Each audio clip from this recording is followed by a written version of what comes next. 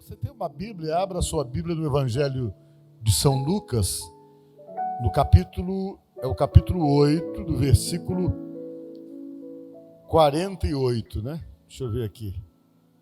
É isso mesmo. 8:48. O versículo. Lucas 8:48. Tem um versículo bem pequeno que eu acho interessantíssimo para a gente meditar nesta tarde, quase noite, né? E ele lhe disse: tem bom ânimo, filho, fica animado, a tua fé te salvou, vai em paz. Amém? Essas palavras foram ditas por Jesus para uma mulher. Podemos assentar. Eu quero, nesta tarde, estimular a sua fé em Jesus através dessa minha pregação, para que através da fé você perceba como a fé faz uma diferença tremenda quando existe em nós a intenção de receber alguma coisa de Jesus, alguma coisa de Deus. A palavra mesmo diz que importa que aqueles que se aproximam de Jesus creia que Ele existe e que é o galardoador, o presenteador daqueles que o buscam, diz a palavra de Deus. E a mesma palavra diz ainda que sem fé é impossível agradar a Deus. Eu quero compartilhar com vocês essa passagem da Bíblia, que talvez seja uma das maiores demonstrações de fé que nós encontramos no Novo Testamento. Amém? O Senhor Jesus, quando esteve aqui na terra, 2020 anos atrás, ele se tornou uma celebridade. Para vocês terem uma ideia, naquela época não havia grupos de WhatsApp, não havia internet, mas havia o boca a boca. E cada vez que ele falava uma coisa, aquilo que ele falava repercutia, porque as pessoas ficavam simplesmente compartilhando umas com as outras, mas verbalmente, né? Cada um ia passando por outras coisas que ele falava, que de repente impactavam, que chamava a atenção. Assim também como as coisas que ele falava sempre tinham uma repercussão, tinha também repercussão os milagres que ele operava. Na maioria das vezes Jesus operava milagres e não havia nele nenhum interesse de fazer um marketing pessoal, de fazer milagre com o intuito de chamar atenção, ou de agregar cada vez mais pessoas, ou de realmente reunir multidões. Ele operava milagre unicamente para poder livrar as pessoas dos seus sofrimentos, sem nenhuma outra intenção de marketing pessoal ou de chamar atenção. A prova é que ele chegava e dizia: olha, não conta nada para ninguém, ele dizia assim. Mas as pessoas iam e contavam. E acabava então viralizando todas essas informações de curas, de milagres, e não demorava muito, todo mundo estava sabendo. E isso fez com que ele se tornasse tão popular, que quando ele chegava em um determinado lugar, que as pessoas sabiam que ele ia naquele lugar, não demorava muito, as pessoas chegavam, as multidões chegavam, essa multidão lotava as casas, lotava as praças, onde ele estava o pessoal ia, e era sempre uma multidão querendo falar com ele, querendo perguntar alguma coisa para ele ou procurá-lo, de formas então que ele sempre estava rodeado por multidões. E ele foi em um determinado lugar, e uma mulher sabia que ele ia.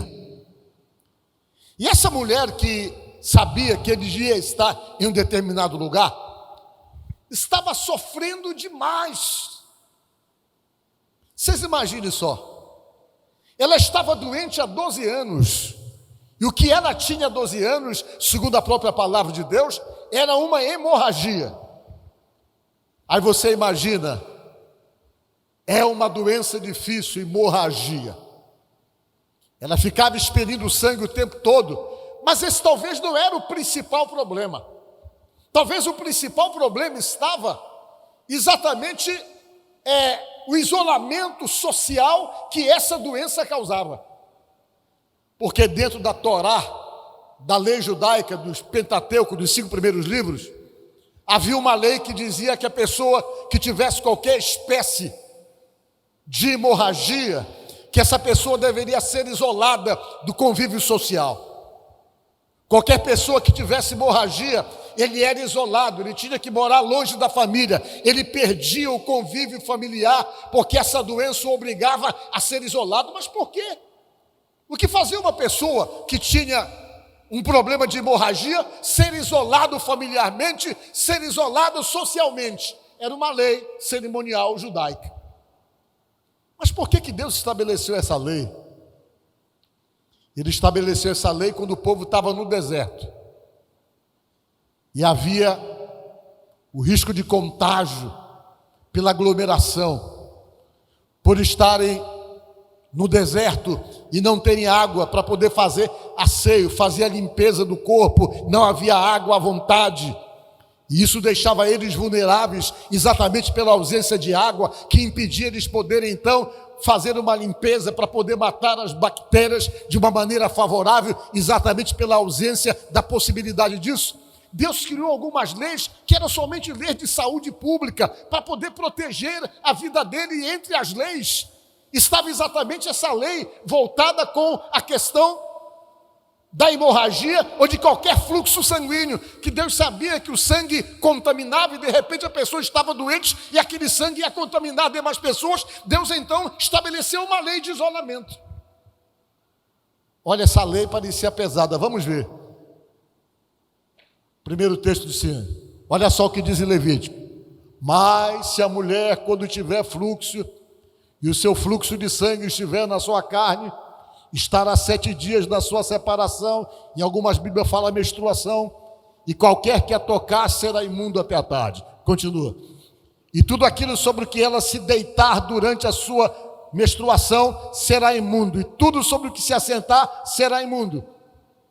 E qualquer coisa que tocar a sua cama, lavará as suas vestes e se banhará com água e será imundo até a tarde. Quando você lê isso, você pensa: poxa, mas isso é uma discriminação. Não era. Era uma forma de proteger as pessoas. Por quê? Por causa da ausência da água no lugar.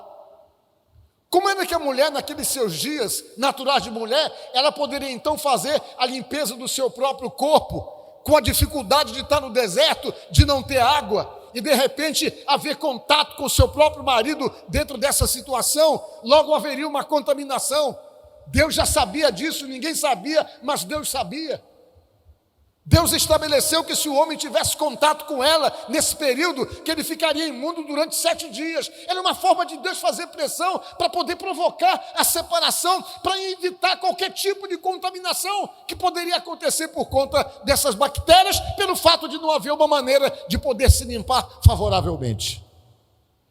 E havia essas leis, como essa lei que está em Levítico, que obrigava uma separação. E o que é interessante, que existe uma outra lei que deixa todo mundo equivocado. É a lei que está em Deuteronômio, capítulo 22, versículo 5.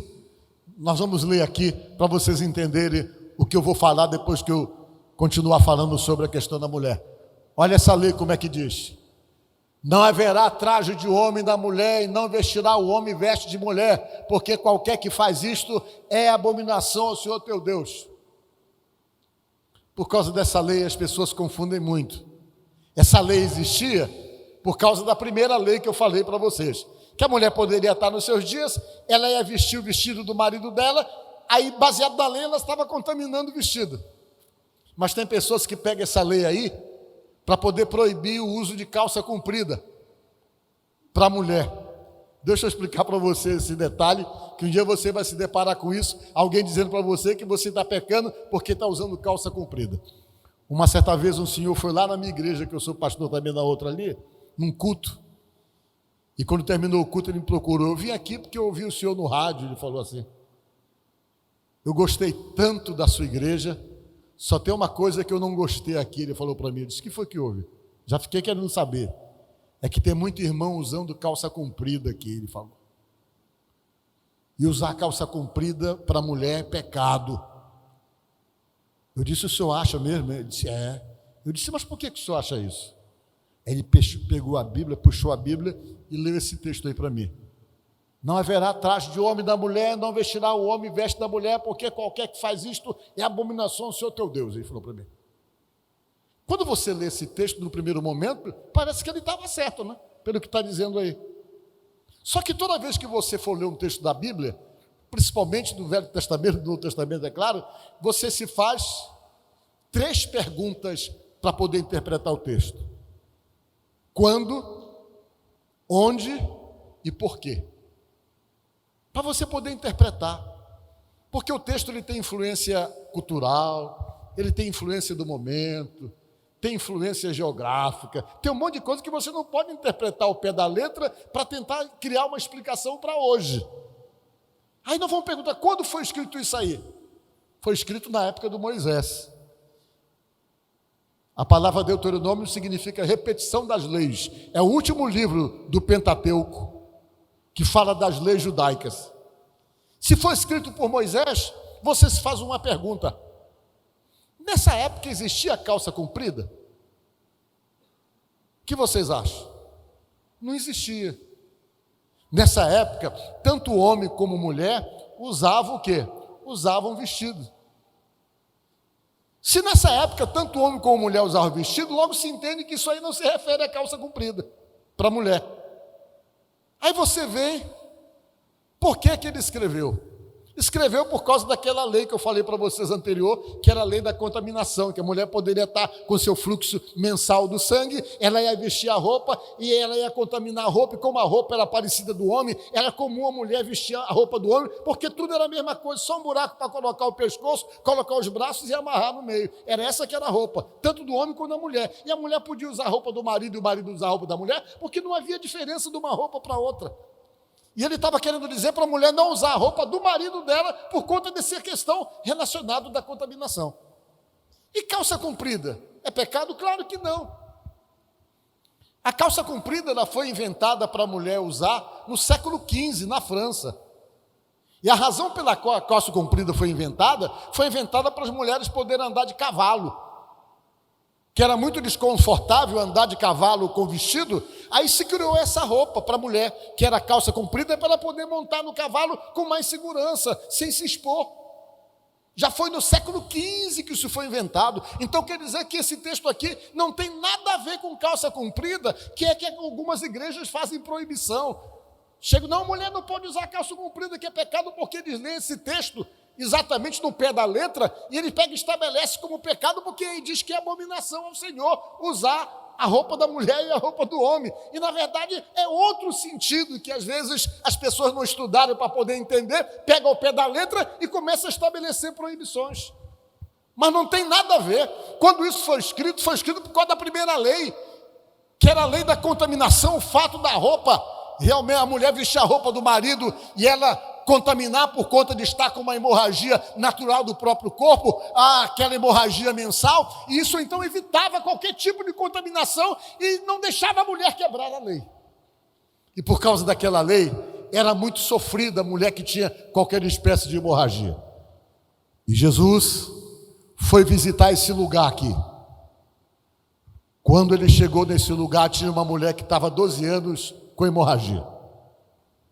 Como ela estava 12 anos hemorrágica, ela perdeu a convivência familiar, ela perdeu a convivência social, ela ficou isolada longe da família, porque a lei determinava isso, que ela tinha que ser isolada, porque dentro da lei cerimonial judaica, ela estava impura para poder conviver socialmente com todo mundo, sem não correr risco de contaminar as pessoas. E diz a palavra de Deus que ela já estava no limite. Tudo que ela tinha, ela gastou em busca dessa cura, diz a palavra de Deus. Ela praticamente acabou com todos os seus bens, querendo ficar curada dessa doença, para poder ter uma vida normal. Que ela estava simplesmente mesmo quebrando a lei, se tentasse conviver com as pessoas da sua relação ou do seu relacionamento social. Aí o que ela fez? Vou procurar Jesus. Ela tomou conhecimento que Jesus estava em determinado lugar e ela foi para lá, para se ver livre dessa doença. Quando ela chegou lá, diz a palavra de Deus, que Jesus estava cercado por uma multidão. Era muita gente em volta de Jesus, muita gente. E ela pensou, poxa, eu queria tanto falar com ele para poder explicar a minha situação, para pedir para ele que ele me curasse dessa enfermidade, mas não está dando. Por quê? Porque a multidão cercou e ninguém dava brecha. Todo mundo querendo chegar mais perto e ela um pouco mais distante, ainda por cima fragilizada pela doença, deveria estar magra, fraca, sem força, esquálida, porque você imagina só uma mulher 12 anos perdendo sangue direto, perdendo sangue, estava perdendo toda a sua energia, ela nem tinha mais força para tentar lutar e romper aquela muralha humana em volta de Jesus, para poder falar com Jesus e conversar com ele e pedir a cura que ela estava precisando. Nem era possível, ela nem tinha força, nem energia para isso. Mas ela tinha uma coisa que nós chamamos de fé. Diga glória a Deus. E quando você tem fé, não há barreiras, não há limites. Tem bênçãos que você só alcança com a fé. Alguém disse que a fé é a mão do Espírito com a qual você toma posse de coisas importantes para a sua própria vida. E ela reuniu as últimas energias que tinha. Ela pensou, já que eu não posso falar com ele, eu vou tocar nele. Porque eu acredito que só tocando nele já é suficiente para resolver meu problema. E ela começou a reunir as forças que ela não tinha, juntando um pouquinho de energia que ainda havia sobrado por conta daquela doença e daquela enfermidade que tinha tirado toda a sua energia. Ela reuniu as últimas energias e se esforçou no meio da multidão, talvez esticando o braço e fazendo força para ver se tocava na orla dos vestidos de Jesus. E ela, com muito esforço, com muita força, ela foi e tocou na orla dos vestidos de Jesus. Diga glória a Deus. Por que ela escolheu tocar na orla? Será que era necessário tocar na orla? Vou explicar para vocês. É o tzitzit judaico. O que é o tzitzit? É um negócio interessante das leis judaicas. Todo judeu consagrado, ele usa essas franjas. Foi estabelecida essas franjas como uma advertência ao pecado, como que dizendo, olha, cuidado, você não pode pecar. Por quê? Porque a roupa só foi instituída ao homem, ao ser humano, depois do pecado do Adão. Antes ninguém usava roupa. As pessoas andavam nus. Mas depois do pecado se estabeleceu, o homem fez a sua primeira cobertura e começou então a ter a maldade no coração. E começou a ter malícia, que foi necessário exatamente usar a roupa para não pecar. E as roupas judaicas, elas tinham esse significado exatamente como advertência. Uma advertência interessante que eu até notei, que seja algo visível, a palavra tzitzit. Que tenha outro sentido também, tinha o sentido de riqueza, de um rei. Tinha outro sentido de autoridade. E tinha também o sentido de proteção contra o pecado. Era isso que significava aquelas franjas na beira da roupa. Até hoje, quando você vai em Israel, os homens não usam mais esse tipo de roupa aí. Essa roupa ninguém usa mais, essa é a roupa do passado. Eles usam terno como a gente e roupa do mundo que nós vivemos. O mundo moderno. A nossa região aqui, toda, né, usa esse tipo de roupa e o mundo mais moderno também usa. Há alguns países que ainda se mantêm com o mesmo tipo de roupa, até países árabes ainda mantêm esse tipo de roupa. Mas a maioria do mundo, que eu quero lembrar a palavra correta, estou lembrando o mundo social, o mundo ocidental, me acertou. Todo mundo ocidental usa esse tipo de roupa. E o que aconteceu?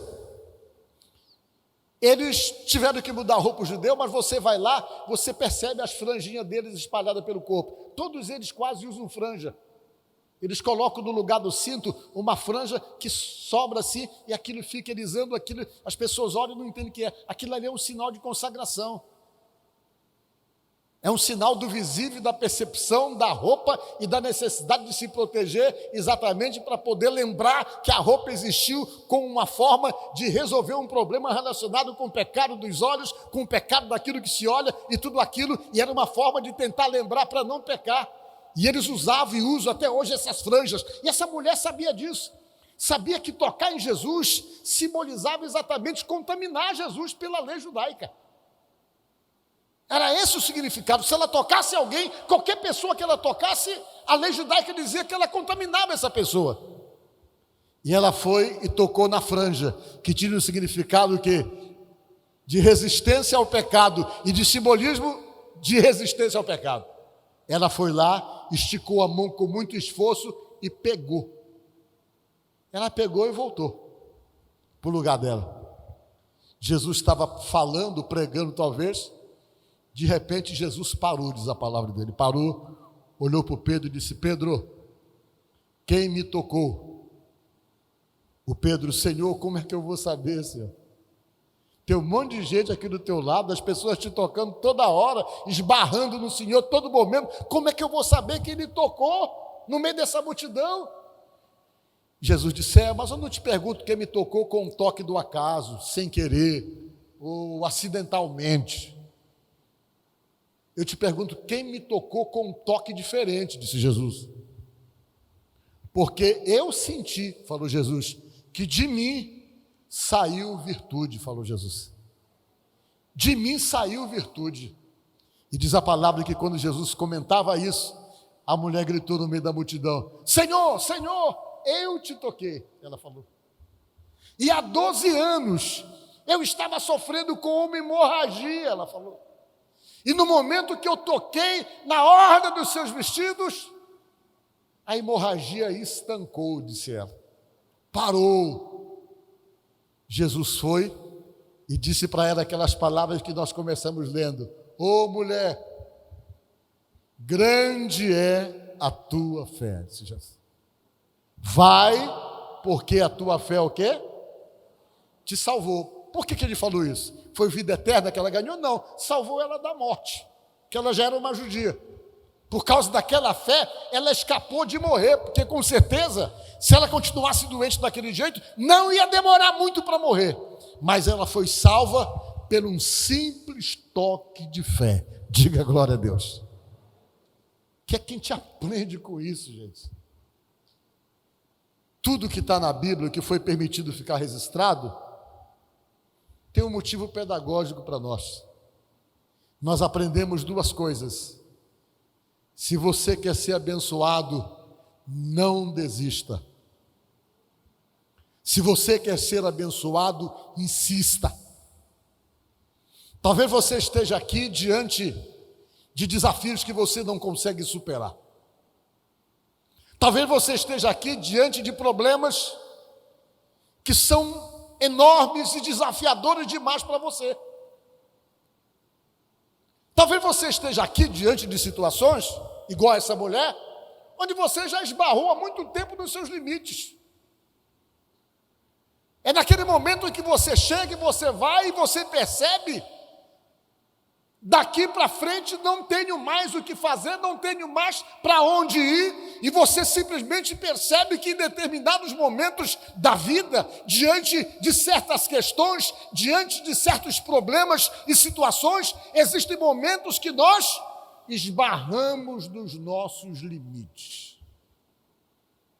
Mas a palavra de Deus deixa algumas coisas e alguns textos para tentar dizer para você que quando você chega nos seus limites, quando você esbarra nos seus limites, quando você realmente chega a uma conclusão que você não tem mais o que fazer, que para você já deu, que não tem mais por que lutar, não tem mais o que fazer, não tem mais o que esperar, você ainda tem uma outra chance, ainda tem uma outra oportunidade que você pode simplesmente acionar para que através desse meio benefícios venham acima da sua força, acima das suas possibilidades, e esse meio é o meio da fé em Jesus, através de acreditar naquilo que Ele é capaz de fazer. Quando você chega diante de todas as impossibilidades, e percebe que existe um Deus que opera, que abençoa, que resolve o que você não consegue resolver, que dá a solução que você não tem e que tem a resposta